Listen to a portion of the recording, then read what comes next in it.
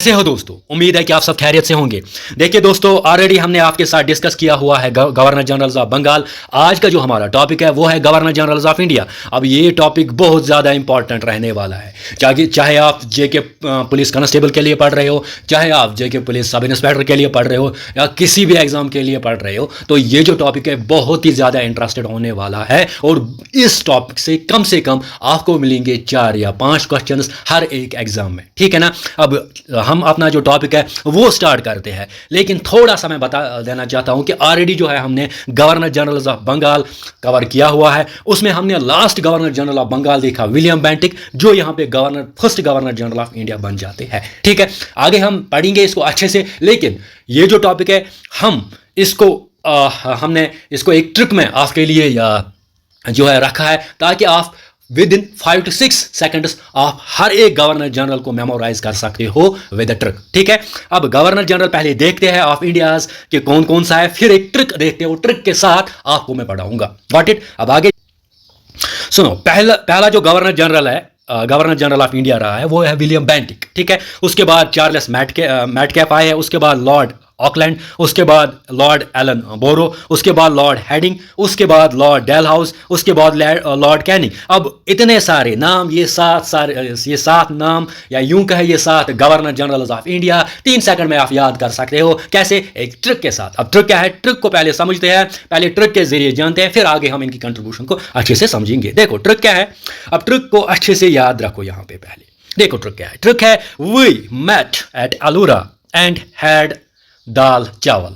Ellora basically एक जगह है महाराष्ट्र में। कह रहा है कि हम कहां पे मिले, अलोरा में मिले, और वहां पे हमने क्या ली, दाल और चावल। ये ट्रिक है, वी मेट एट अलोरा। ये आपको ट्रिक याद करनी है, we met at Ellora and had dal chawal. अगर गवर्नर जनरल ऑफ इंडिया आपको 2 सेकंड में याद करना, तो ट्रिक 2 सेकंड में याद कीजिए। कैसे? We met at Ellora and had dal chawal. देखो वी से हम लेंगे विलियम कौन से? विलियम बेंटिक, पहले गवर्नर जनरल ऑफ इंडिया। याद रखना, पहला गवर्नर जनरल ऑफ इंडिया कौन सा है? William Bentinck. Got it. पहला गवर्नर जनरल ऑफ बंगाल जो मैंने ऑलरेडी आपको पढ़ाया हुआ है, Warren Hastings. Last governor general of Bengal कौन सा है? William Bentinck. लेकिन first governor general of India कौन सा है? William Bentinck. अब विलियम बेंटिक होते हैं last governor of general of कहां के? बंगाल के, और first governor general of India के। Got it. तो यहां से we met at Ellora and had a dal chawal, यानी वी से आएगा विलियम, मैट से आएगा मैटकैफी, एट से आएगा अलोरा, एट से आएगा ऑकलैंड, अलोरा से आएगा एलनबर्ग, हैड से आएगा हार्डिंग, दाल से आएगा डलहौजी, चावल से आएगा कैनिंग, ठीक है। फिर से एक बार, we met at Ellora and had dal chawal, यानी वी से आएगा विलियम, मैट से आएगा मैटकैफी, एट से आएगा ऑकलैंड, अलोरा से आएगा एलनबर्ग, हैड से आएगा हेडिंग, डाल से आएगा डलहौजी, चावल से आएगा कैनिंग। यानी सिंपली आपको याद क्या रखना है, we met at Ellora and had dal chawal. Simple, we met at Ellora and had dal chawal. अब देखो वी से विलियम बेंटिक, ठीक है ना।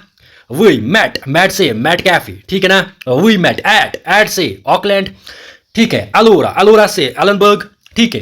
एंड हैड से हेडिंग, ठीक है। दाल से डलहौजी, चावल से कैनिंग। Got it. तो ये सारे governor generals of Bengal 2 second में हो जाएंगे मेमोराइज, ठीक है ना। देखो अब विलियम बेंटिक का जो टेन्योर रहा है वो 1828 से लेके 1834 तक, ठीक है। ये आप याद रखो, और लास्ट वन आप याद रखो, ठीक है। बहुत ज्यादा इंपॉर्टेंट है। और last governor general of India कौन रहे? Lord Canning. और लॉर्ड कैनिंग फिर बनते हैं फर्स्ट वाइसरॉय ऑफ इंडिया, वो हम आगे पढ़ेंगे, ठीक है। Got it. अब हम आगे जाएंगे, इनकी कंट्रीब्यूशन देखेंगे।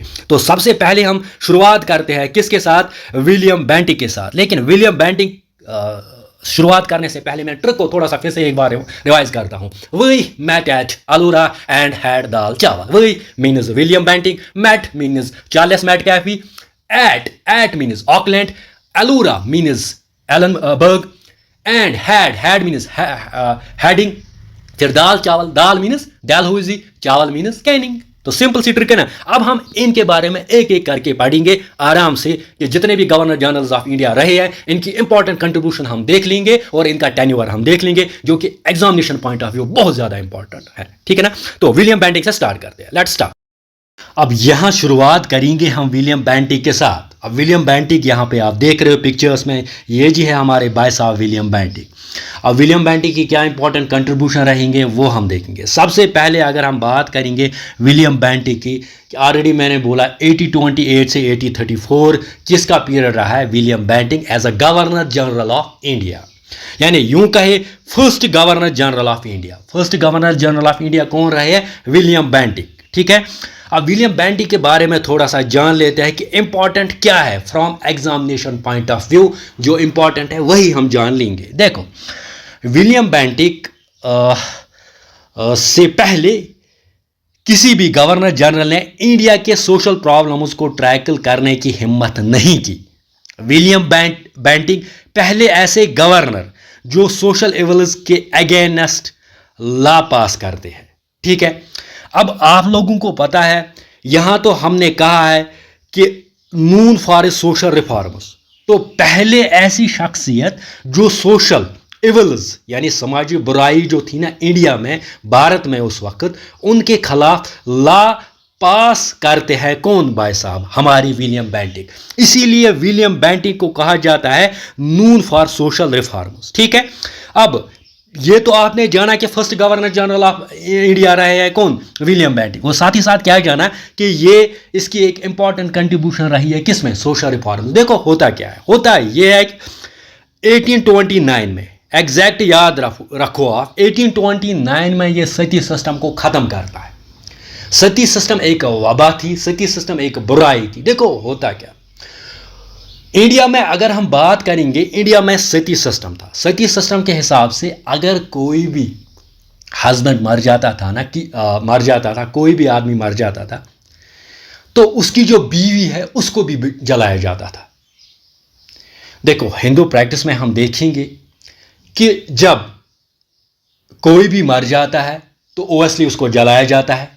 ठीक है ना, तो फिर जब उसको जलाया जाता था तो साथ ही उसकी जो बीवी होती है ना उसको जिंदा जलाया जाता था। ये बताओ, ये एक सोशल इवल है ना। तो ये सोशल इवल, इसको खत्म किया किसने, William Bentinck. Super super super important है from examination point of view. Examiner direct पूछता है कि कौन से ऐसे गवर्नर जनरल थे जिन्होंने क्या किया, जिन्होंने सती सिस्टम को एबॉलिश किया।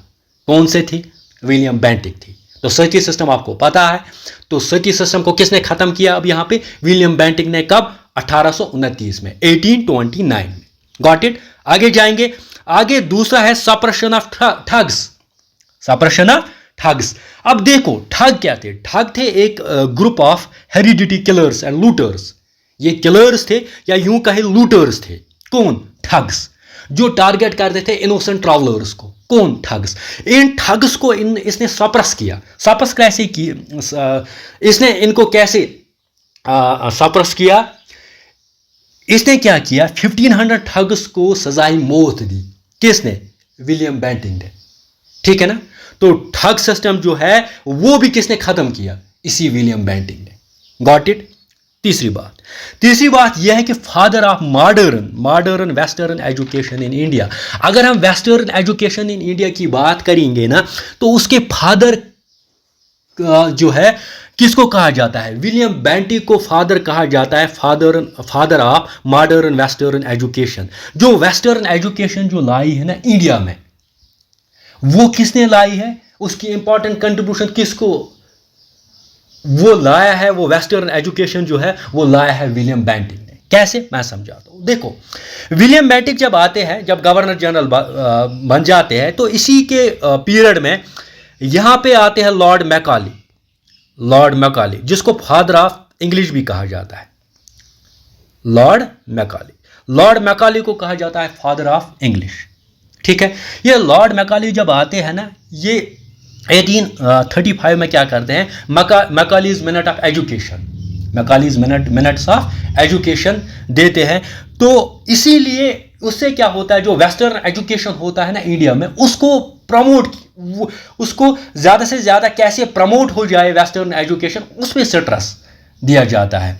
तो कहने का मतलब यह है कि अगर हम देखेंगे फादर ऑफ इंग्लिश किसको कहा जाता है? लॉर्ड मैकाले को। लेकिन father of modern western education, western education यहाँ पे से यहाँ इंडिया में ज़्यादा से ज़्यादा स्प्रेड हो, इसके लिए फादर जो है किसको करा दिया जाता है? विलियम बेंटिक को। Got it? ठीक है। और साथ ही साथ विलियम बेंटिक क्या करते हैं? इंग्लिश को कंसिडर करते हैं एज एन ऑफिशियल लैंग्वेज, यानी इंग्लिश को इंट्रोड्यूस करते हैं ऑफिशियल लैंग्वेज। कौन? William Bentinck. ठीक है। और विलियम बेंटिक के बारे में और एक इंपॉर्टेंट बात यह है कि चार्टर एक्ट ऑफ 1833 लाते हैं। जब चार्टर एक्ट ऑफ 1833 लाते हैं ना, तो क्या होता है? पहले होता था गवर्नर जनरल ऑफ बंगाल, जो मैंने ऑलरेडी आप लोगों को पढ़ाया है। अब ये गवर्नर जनरल ऑफ बंगाल होता है शिफ्ट, या यूं कहे अब गवर्नर जनरल ऑफ बंगाल की बजाय क्या रहेगा? Governor general of India. Governor general of India. तो गवर्नर जनरल ऑफ इंडिया, ठीक समझ आ रहा है? चार्टर एक्ट 1833 में जब ये लाते हैं ना, चार्टर एक्ट 1833, पहले होते थे गवर्नर जनरल ऑफ बंगाल। ठीक है। तो अब क्या बना है? अब नया एक पोस्ट क्रिएट किया। अब गवर्नर जनरल ऑफ बंगाल को गवर्नर जनरल ऑफ इंडिया कहा जाएगा। किस एक्ट के जरिए? Charter act of 1833। जैसे गवर्नर पहले होता था गवर्नर, फिर गवर्नर जनरल ऑफ बंगाल बनाया गया। किससे? रेगुलेटिंग एक्ट ऑफ 1733, जो मैंने ऑलरेडी पढ़ाया हुआ है। उसी हिसाब से गवर्नर जनरल ऑफ बंगाल को अब क्या कहा जाएगा? Governor general of India as per the charter act of 1833। ठीक है। Got it? तो यहां से आपने विलियम बेंटिक के बारे में पढ़ा। थोड़ा सा हम इसको रिवाइज करते हैं। विलियम बेंटिक के लिए क्या आपको इंपॉर्टेंट रहेगा? सबसे पहले यह कि first governor general of India, Sati system को इसने खत्म किया, ठग सिस्टम जो है उसको सप्रेस किया, father of modern western education को कहा जाता है, इंग्लिश को इसने ऑफिशियल लैंग्वेज जो है इंट्रोड्यूस किया है, और चार्टर एक्ट 1833 लाया गया, जिससे गवर्नर जनरल ऑफ बंगाल क्या बन गए? Governor general of India. Got it? ये इंपॉर्टेंट है। अब आगे जाएंगे, आगे और गवर्नर्स के बारे में समझेंगे। अब हम यहां पे पढ़ेंगे चार्ल्स मैटकैफी के बारे में। किसके बारे में पढ़ेंगे? चार्ल्स मैटकैफी के बारे में। चार्ल्स मैटकैफी का जो टेन्योर होता है वो होता है 1834 से लेके 1836, यानी 2 साल। किसका टेन्योर होता है? चार्ल्स मैटकैफी। अब चार्ल्स मैटकैफी की इंपॉर्टेंट कंट्रीब्यूशन देखेंगे, लेकिन चार्ल्स मैटकैफी किसके बाद आते हैं? विलियम बेंटिक के बाद। We met at Ellora and had dal chawal, we William Bentinck. फिर वी उसके बाद क्या आएगा? Met mean Charles Metcalfe. ठीक है। अब इसकी इंपॉर्टेंट कंट्रीब्यूशन देखते हैं। इंपॉर्टेंट कंट्रीब्यूशन रही इसकी ये रही है कि इसको कहा जाता है लिबरेटर ऑफ प्रेस। किसको कहा जाता है? Liberator press. इंपॉर्टेंट क्वेश्चन, मतलब सुपर इंपॉर्टेंट। जैसे वहां पे आपका सती सिस्टम जो है अबॉलिश किसने किया? William Bentinck. सुपर इंपॉर्टेंट था। तो यहां पे आप सुपर इंपॉर्टेंट टिक कीजिए किसको? लिबरेटर ऑफ प्रेस को। देखो यहां पे चार्ल्स मैटकैफी को कहा जाता है लिबरेटर ऑफ प्रेस। कैसे समझाता हूं। देखो इंडिया में क्या हुआ था 1799 में, याद रखो 1799 में सेंसरशिप एक्ट लाया गया।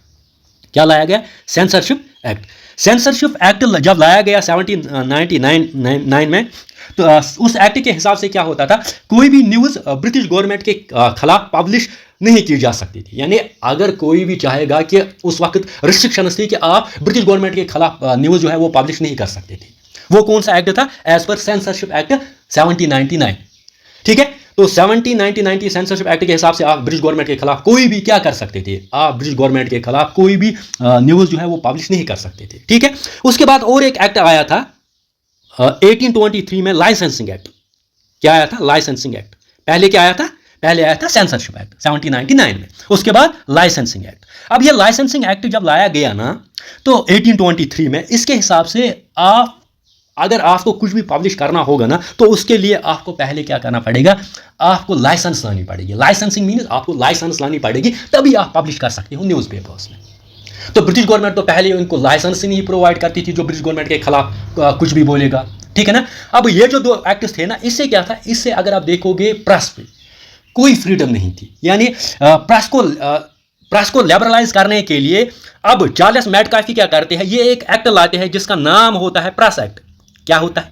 Press act. Got it? Press act लाते हैं 1835 में। कब लाते हैं? 1835 में। मैंने क्या बोला पहले सेंसरशिप एक्ट कब था? 1799 में। उसके खिलाफ आप ब्रिटिश गवर्नमेंट के खिलाफ कुछ नहीं बोल सकते थे। उसके बाद उन्होंने क्या लाया था? लाइसेंसिंग। उसके बाद उन्होंने licensing regulation act. Licensing regulation कब? 1823। यानी अगर आप कुछ भी अगर आपको पब्लिश करना होगा, उसके लिए आपको क्या करना पड़ेगा? लाइसेंस लानी पड़ेगी। अब ये जो था ना, इसको खत्म किया किसने? चार्ल्स मैटकैफी ने। उसने क्या लाया? प्रेस एक्ट कब? 1835 में। तो उससे इससे जो सारी रिस्ट्रिक्शंस थी किस पे, प्रेस पे, वो किसने हटाई, वो हटाई चार्ल्स मैडकैफी ने। इसीलिए इसको क्या कहता है, क्या कहा जाता है, liberator of press. Got it. इसीलिए ये सुपर इंपॉर्टेंट है। तो सुपर इंपॉर्टेंट क्या है, चार्ल्स मैडकैफी को कहा जाता है लिबरेटर ऑफ प्रेस, क्योंकि इसने रिस्ट्रिक्शंस जो भी थी किस पे, प्रेस सिस्टम पे थी, वो इसने हटाई, इसने खत्म की किस एक्ट के जरिए, प्रेस एक्ट के जरिए, जो इसने कब लाया, 1835। गॉट इट, सिंपल है। हाँ, उसके बाद और एक इंपॉर्टेंट पॉइंट है, वो ये है कि बहुत सारे कॉइन्स जो होते थे मुगल एम्पायर के नाम पे जो है, इसने क्या किया, इसने बंदी किया। इसने कहा कि जो मुगल एम्पायर के नाम पे जो भी कॉइन्स जो होती है, इशू होती है, इनको ख़त्म ही करो, ये बंदी करो, ठीक है, ये सिस्टम जो है बंदी करो। अब आज से जो है मुगल कॉइन्स के, मुगल एम्पायर के नाम पे कोई कॉइन्स जो है वो मिंट नहीं की जाएगी। गॉट इट, वो ठीक है। तो इसीलिए इसकी इंपॉर्टेंट कंट्रीब्यूशन आप यहाँ पे सिंपली रखोगे याद, liberator of press. Got it. अब हम आगे जाएंगे, आगे और गवर्नर जनरल्स के। अब हम यहाँ पे पढ़ेंगे लॉर्ड ऑकलैंड के बारे में। तो हमने ट्रिक, फिर से हम थोड़ा सा ट्रिक को रिवाइज करते हैं। देखो ट्रिक में हमने क्या कहा, we met at Ellora and had dal chawal. We William Bentinck, met Metcalfe, at से आप ऑकलैंड। तो तीसरे गवर्नर जनरल कौन से रहे हमारे, ऑकलैंड। अब थर्ड गवर्नर जनरल ऑकलैंड के बारे में अगर हम बात करेंगे तो इसका जो टाइम पीरियड रहा है वो 1836 से 1842। पहले क्या रहा था, विलियम बेंटिक का 1828 से लेके 1834 तक। फिर दूसरे विलियम बेंटिक के बाद वही मैडकैफी का क्या रहा है, 1834 से लेके 1836। अब एट ऑकलैंड का क्या रहा है, लॉर्ड ऑकलैंड का 1836 से लेके 1842। तो यहाँ पे ऑकलैंड के बारे में हम जान लेंगे। ऑकलैंड के बारे में आपको ज़्यादा जो है क्वेश्चंस एग्जाम में ज़्यादा पूछा नहीं जाएगा, लेकिन फिर भी जो इंपॉर्टेंट यहाँ पे रहेगा लॉर्ड ऑकलैंड के बारे में, वो हम पढ़ लेंगे। देखो लॉर्ड ऑकलैंड के बारे में सबसे पहले ये कि फर्स्ट अगन गवर्नर वार। अब वर्स्ट यूं कहे ना, अगर वर्स्ट गवर्नर्स की बात करेंगे, जो governor of India, governor general of India, उसमें लॉर्ड ऑकलैंड आते हैं। क्यों, क्योंकि इसके समय में, इसके दौर में क्या होता है, जो ब्रिटिश होता है ये एक वार यानी एक जंग करते हैं किन के साथ, अफगान के साथ, अफगानिस्तान के साथ। होता यह है कि अफगानिस्तान जैसे डिफीट देता है सबों को, तो वैसे अफगानिस्तान क्या करता है, यहाँ पे भी डिफीट देता है ब्रिटिश को। तो ब्रिटिश के लिए एक डिजास्टर था, क्योंकि ब्रिटिश को ऐसी कोई डिफीट नहीं मिली थी। लेकिन जब ये यहाँ से जाते हैं, बेसिकली ये यहाँ से कैसे जाते हैं, ऑकलैंड साहब क्या करते हैं, ये एक ट्रिपार्टी एक ट्रिटी करते हैं।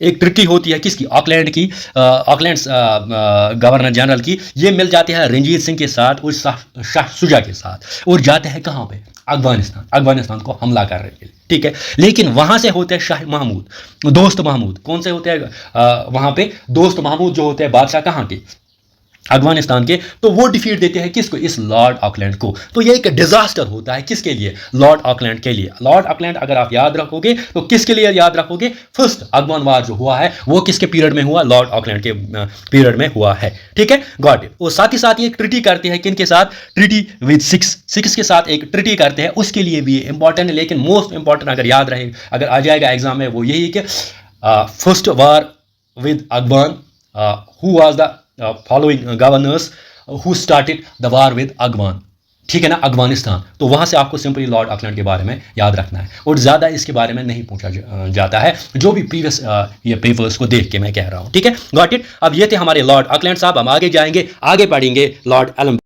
यहाँ पढ़ेंगे हम एलनबर्ग के बारे में, लॉर्ड एलनबर्ग के बारे में, लेकिन थोड़ा सा ट्रिक को मैं रिवाइज करता हूँ ताकि ट्रिक आप आराम से पढ़ लोगे। वी मेट एट अलूरा, तो we William Bentinck, met Metcalfe at Auckland, Ellora Ellenborough. तो लॉर्ड एलन बोरो जो है वो है आपके fourth governor general of Bengal. इसका पीरियड क्या रहा है, 1842 से लेके 1844, ठीक है। अब एलन बोरो के बारे में हम जान लेंगे यहाँ पे। देखो आपने ऑलरेडी जो है हमारी थर्ड गवर्नर जनरल जो रहे हैं वो कौन रहे, चार्ल्स मैडकैफी। यहाँ हमने पढ़ा ना, चार्ल्स मैडकैफी। ऑकलैंड, लॉर्ड ऑकलैंड ने स्टार्ट किया था वार किसके साथ, अफगानिस्तान के साथ। तो इसीलिए इसको वर्स्ट गवर्नर कहा जाता है, क्योंकि वहाँ से इनको डिफीट मिली थी। अब जब इसने ट्रूप्स यहाँ पे भेजे थे ना, फिर लॉर्ड एलनबर्ग ने क्या, एक पीस ट्रीटी की अफगानिस्तान के साथ, और वहाँ से आपने ट्रूप्स को क्या किया, वापस लाया। कहाँ से, अफगानिस्तान से। जैसे अमेरिका ने वो लाया, तो इससे पहले ब्रिटिश ने ऑलरेडी लाया था किसके दौर में, लॉर्ड एलनबर्ग के दौर में, लॉर्ड ऑकलैंड के दौर में उन्होंने भेजा था। वहाँ से लॉर्ड ऑकलैंड को डिफीट मिली, फिर लॉर्ड एलन बोरो ने क्या किया, उसने ट्रूप्स को वापस लाया कहाँ से, अफगानिस्तान से, और वार को खत्म किया, termination of war. Got it. और दूसरी बात उसके बारे में ये इंपॉर्टेंट है कि इसने क्या कि स्लेवरी सिस्टम को खत्म किया। इससे पहले बहुत ज़्यादा स्लेवरी जो थी आम थी किसके पीरियड में, सब गवर्नर जनरल्स जो थे, जितने भी गवर्नर जनरल्स थे, उनके पीरियड में स्लेवरी जो है थी वो एट पीक पे थी। अब लॉर्ड एलनबर्ग को इसकी कंट्रीब्यूशन के लिए माना जाता है मोस्ट इंपॉर्टेंटली, किस लिए? Abolition of slavery system. Got it. और साथ ही साथ इसने क्या किया? न्यू क्लास ऑफ ऑफिसर्स, अब डिप्टी मैजिस्ट्रेट्स एस्टैब्लिश। ठीक है, तो डिप्टी मैजिस्ट्रेट्स जो कंसेप्ट है ना, अभी डिप्टी मैजिस्ट्रेट हर एक डिस्ट्रिक्ट में होते हैं ना, मैजिस्ट्रेट्स, डिस्ट्रिक्ट मैजिस्ट्रेट्स या डिप्टी मैजिस्ट्रेट्स। तो डिप्टी मैजिस्ट्रेट जो है वो भी कंसेप्ट किसका था? लॉर्ड एलनबर्ग का था। और सबसे इंपॉर्टेंट कि सिंध जो था ना, सिंध को इसने एनेक्स किया। सिंध जो है लॉर्ड एलनबर्ग ने क्या किया? इसको इसने एनेक्स किया पंजाब से। और prohibited the use of lotteries का सिस्टम जो है वो इसने खत्म कर दिया। किसने? लॉर्ड एलनबर्ग ने। Got it. अब यहां से हम देखेंगे लॉर्ड हैडिंग के बारे में। We met at Ellora and had dal chawal. वही फिर से William Bentinck met Charles Metcalfe at Auckland Ellora Ellenborough. ठीक है, एंड हैड से हैडिंग आएगा, लॉर्ड हैडिंग। तो लॉर्ड हैडिंग के बारे में हम जान लेते हैं। देखो, लॉर्ड हैडिंग की सबसे इंपॉर्टेंट कंट्रीब्यूशन रही है ये कि इसने प्रोहिबिशन ऑफ फीमेल इन्फेंटिसाइड। देखो होता क्या था, इंडिया में देखा गया था कि ब्रिटिश पीरियड में यहाँ पे जो फीमेल्स होती थी ना, फीमेल चाइल्ड जो होते थे ना, इनको क्या किया जाता था? इनको बचपन में ही जो है गर्ल चाइल्ड उसको कत्ल आम किया जाता था। यानी फीमेल जो बच्चे होते थे ना, तो उनको क्या किया जाता था? उनको मारा जाता था। जैसे हमने अरब में देखा था कि अरब में जब जहालत थी तो वहाँ पे जो फीमेल बच्चे जो होते थे, ठीक है ना, फीमेल चाइल्ड जो होते थे, फीमेल बेबीज जो होते थे, उनको मारा जाता था। तो बिल्कुल इंडिया में भी वैसे ही होता था। ठीक है, फिर क्या होता है कि विलियम बैटिक जो होते थे ना, विलियम बैटिक ने थोड़ी सी रिस्ट्रिक्शंस लगाई, लेकिन फिर कंप्लीटली बैन किया, कंप्लीटली प्रोहिबिट किया। किसने? यहाँ से देखेंगे हम, लॉर्ड हैडिंग ने। लॉर्ड हैडिंग ने कंप्लीटली बैन लगाया किस पे? Female infanticide. यानी आप जो फीमेल चाइल्ड्स को, फीमेल इन्फेंट्स को मारते हो ना, उस पर कंप्लीटली बैन लगाया। किसने? लॉर्ड हैडिंग ने। Got it. और लॉर्ड हैडिंग की और एक इंपॉर्टेंट कंट्रीब्यूशन ये रही कि इसने ट्रीटी ऑफ लाहौर किया। इसके ड्यूरेशन में, इसके पीरियड में एक वार हुआ था, एंग्लो सिख वार। महाराजा रणजीत सिंह और इसके बीच में एक वार हुआ था, तो ऑटोमेटिकली फिर एक ट्रीटी हुई थी, ट्रीटी ऑफ लाहौर। तो उसके लिए ये इंपॉर्टेंट है। तो अगर हम देखेंगे लॉर्ड हैडिंग के बारे में, आप ज़्यादा से ज़्यादा आपको याद रखना यही है कि फीमेल इन्फेंटिसाइड जो है इसने ख़त्म किया, और इसके दौर में एक ट्रीटी हुई थी, treaty of Lahore. Got it. अब हम लास्ट जाएंगे लॉर्ड डलहौजी के बारे में, वो इंपॉर्टेंट है सबसे ज़्यादा। अब यहाँ पे हमारे last governor general of India जो है वो है लॉर्ड डलहौजी। अब ये इंपॉर्टेंट है। लॉर्ड डलहौजी जो थे, इसका जो पीरियड था वो था 1848 से लेके 1856। ठीक है, अब लॉर्ड डलहौजी के बारे में हम थोड़ा सा जान लेंगे कि लॉर्ड डलहौजी क्या थी। इंपॉर्टेंट रहता है ये हर एक एग्जाम में, अगर आप देखोगे कि डॉक्ट्रिन ऑफ लैप्स एक पॉलिसी थी। तो ये डॉक्ट्रिन ऑफ लैप्स लाई किसने? लॉर्ड डलहौजी ने। Got it. तो इसके लिए डलहौजी जो थे वो फेमस थे। इसके लिए डॉक्ट्रिन ऑफ लैप्स। अब डॉक्ट्रिन ऑफ लैप्स होता क्या, ये समझाता हूं मैं। ये डॉक्ट्रिन ऑफ लैप्स बेसिकली एक पॉलिसी थी, if the Indian ruler were died without a male heir, his territory would be annexed by the British government. यानी ये कि अगर कोई भी इंडियन रूलर जो होता था ना, इंडियन रूलर, याद रखो, इंडियन रूलर अगर मर जाता था, क्या जाता था? मर जाता था विदाउट अ मेल हेयर, यानी उसका कोई वारिसदार नहीं होता था। फॉर एग्जाम्पल, कोई भी इंडियन रूलर होता था तो इसका कोई वारिसदार नहीं होता था। अब मर जाता था, इसका कोई वारिसदार नहीं होता था, फिर ये क्या करते थे? एडॉप्टेड सन्स लेते थे। ब्रिटिश गवर्नमेंट ने एक पॉलिसी बनाई कि अगर कोई भी इंडियन रूलर मर जाएगा ना, गॉट इट, फिर अगर उसका कोई वारिसदार नहीं होगा, जिस टेरिटरी पे ये रूलर रूल करता था ना, वो ऑटोमेटिकली उस पर रूल करेगा ब्रिटिश गवर्नमेंट। कौन रूल करेगा? ब्रिटिश गवर्नमेंट करेगा। तो वही था डॉक्ट्रिन ऑफ लैप्स। तो डॉक्ट्रिन ऑफ लैप्स जब ये पॉलिसी बनाते हैं ना, तो इसमें पहला आता है, ये क्वेश्चन बिल्कुल ऐसे आता है कि डॉक्ट्रिन ऑफ लैप्स जब लाई गई, किसने लाई? तो पहले हमने देखा लॉर्ड डलहौजी ने लाई। और ये आता है कि कौन सा पहला स्टेट था जो इसके अंडर, डॉक्ट्रिन ऑफ लैप्स के अंडर ब्रिटिश ने एनेक्स किया। ठीक है ना, ब्रिटिश ने क्या किया? उस पर कब्जा किया। तो वो था सतारा। क्या था? सतारा। तो ये डॉक्ट्रिन ऑफ लैप्स जो है अलग से मैं पढ़ाऊंगा, अलग से इसमें टॉपिक होगा, लेकिन यहाँ पे इंपॉर्टेंट आप याद ये रख लीजिए कि लॉर्ड डलहौजी थे जिन्होंने क्या इंट्रोड्यूस किया था? Doctrine of lapse. मीन्स वो पॉलिसी जिसके अंडर अगर कोई भी अगर कोई भी इंडियन रूलर होता था, अगर उसका क्या होता था, अगर वो मर जाता था और उसका कोई लीगल हेयर नहीं होता था, कोई वारिसदार नहीं होता था, तो फिर क्या होती थी? उसकी जो टेरिटरी होती थी वो ऑटोमेटिकली कौन उसको कैप्चर करता था? ब्रिटिश गवर्नमेंट कैप्चर करता था। तो इसी के साथ उन्होंने क्या किया था? सतारा को एनेक्स किया था, पहला स्टेट। Got it. सारी जहां से भोजन, ये इसके लिए ट्रिक है।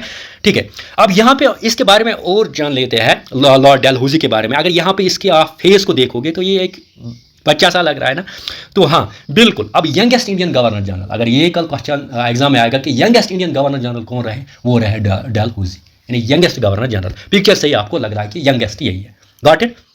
Father of railway and telegraphs in India. अगर हम देखेंगे रेलवे जो हुई थी ना 1853 में, आपको याद होगा कि फर्स्ट रेलवे कब इंडिया में एस्टेब्लिश की थी 1853 में। कहाँ से? बॉम्बे से लेके थाने तक की थी ना, बॉम्बे से लेके थाने तक। अगर यहाँ आप इसके पीरियड देखोगे तो इसका पीरियड क्या है, 1848 से लेके 1856 तक। इसीलिए इसको कहा जाता है father of Indian railway and telegraphs. तो यहाँ पे टेलीग्राफ जो था ना सिस्टम, ये भी इसी ने यहाँ पे पहले क्या किया, इंस्टॉल किया था, पहले यहाँ पे एस्टेब्लिश किया था। किसने? लॉर्ड डलहौजी ने। तो इसीलिए डलहौजी को कहा जाता है father of Indian railway and telegraph. ठीक है, और maker of modern India. Modern India की अगर हम बात करेंगे ना कि मॉडर्न इंडिया का यहाँ पे लक़ब किसको दिया जाता है? मेकर ऑफ मॉडर्न इंडिया किसको? लॉर्ड डलहौजी को। Got it. और एक बात, window marriage act. Window marriage act क्या बनाया इसने 1856 में। इसने एक एक्ट पास किया था, विडो मैरिज एक्ट 1856 में। देखो क्या हुआ था, अगर आपको पता होगा, जब कोई भी यहाँ पे इंडिया में क्या होता था कि कोई भी औरत जो होती थी उसका शौहर मर जाता था, तो वो फिर विडो बन जाती थी, तो वो फिर शादी नहीं कर सकती थी। ठीक है ना, as per the practice, as per the जो रिवाज था, एज पर द कस्टम। लेकिन इसने इसको चेंज किया। इसने क्या लाया, विडो मैरिज एक्ट की, वो शादी कर सकती है। Got it. और Anglo vernacular schools and government colleges. इसने Anglo vernacular schools, Anglo means British vernacular school, जो ब्रिटिश स्कूल जो थे ना वो इसने यहाँ पे लाया। इसीलिए इसको कहा जाता है modern India, maker of modern India. किस लिए इसको कहा जाता है? क्योंकि अगर आप मॉडर्न स्कूल्स की बात करोगे ना, अभी मॉडर्न स्कूल्स यहाँ पे जो है तो वो कंसेप्ट जो वेस्टर्न स्कूल जो है वो किसने? वो डलहौजी की ही कंट्रीब्यूशन रही है। ठीक है, और पंजाब को एनेक्स किया किसने? फर्स्ट एंग्लो सिख वार जो हुआ था वहाँ से इसने पंजाब को एनेक्स किया किसने? लॉर्ड डलहौजी ने। और पब्लिक वर्क्स डिपार्टमेंट, जो पब्लिक वर्क्स डिपार्टमेंट है लोगों के लिए, गार्ड वार्ड जो अभी है होते हैं हमारे यहाँ पे, तो वो भी उसकी जो बुनियाद थी ना, संग बुनियाद या यूं के एस्टैब्लिश, वो भी किसने किया था? लॉर्ड डलहौजी ने। तो डलहौजी के बारे में इंपॉर्टेंट कंट्रीब्यूशन ये कि एक तो डॉक्टर ऑफ लैप्स, साथ ही साथ यंगेस्ट इंडियन गवर्नर जनरल रहे हैं ये, साथ ही साथ फादर ऑफ इंडियन रेलवेज इसको कहा जाता है, मेकर ऑफ मॉडर्न इंडिया कहा जाता है। विडो मैरिज एक्ट इसने लाया, वर्निकुलर स्कूल्स, मॉडल स्कूल्स इसने क्या किए, जो इंट्रोड्यूस किए या खोले हैं। ठीक है, पंजाब को इसने एनेक्स किया था, या यूं कहे पब्लिक वर्क्स डिपार्टमेंट जो था, पब्लिक वर्क्स डिपार्टमेंट, उसकी भी एस्टैब्लिशमेंट किसने की? लॉर्ड डलहौजी ने की। Got it. अब आपको क्या करना है, ये लेक्चर ज़्यादा से ज़्यादा शेयर करना है और सब्सक्राइब करना है, इससे मुझे मोटिवेशन मिलेगी और मैं आपके लिए ज़्यादा से ज़्यादा ट्रिक्स लाऊंगा और एग्जाम जो होता है एग्जाम ओरिएंटेड मटेरियल जो है आपके लिए लाऊंगा। Thanks for watching.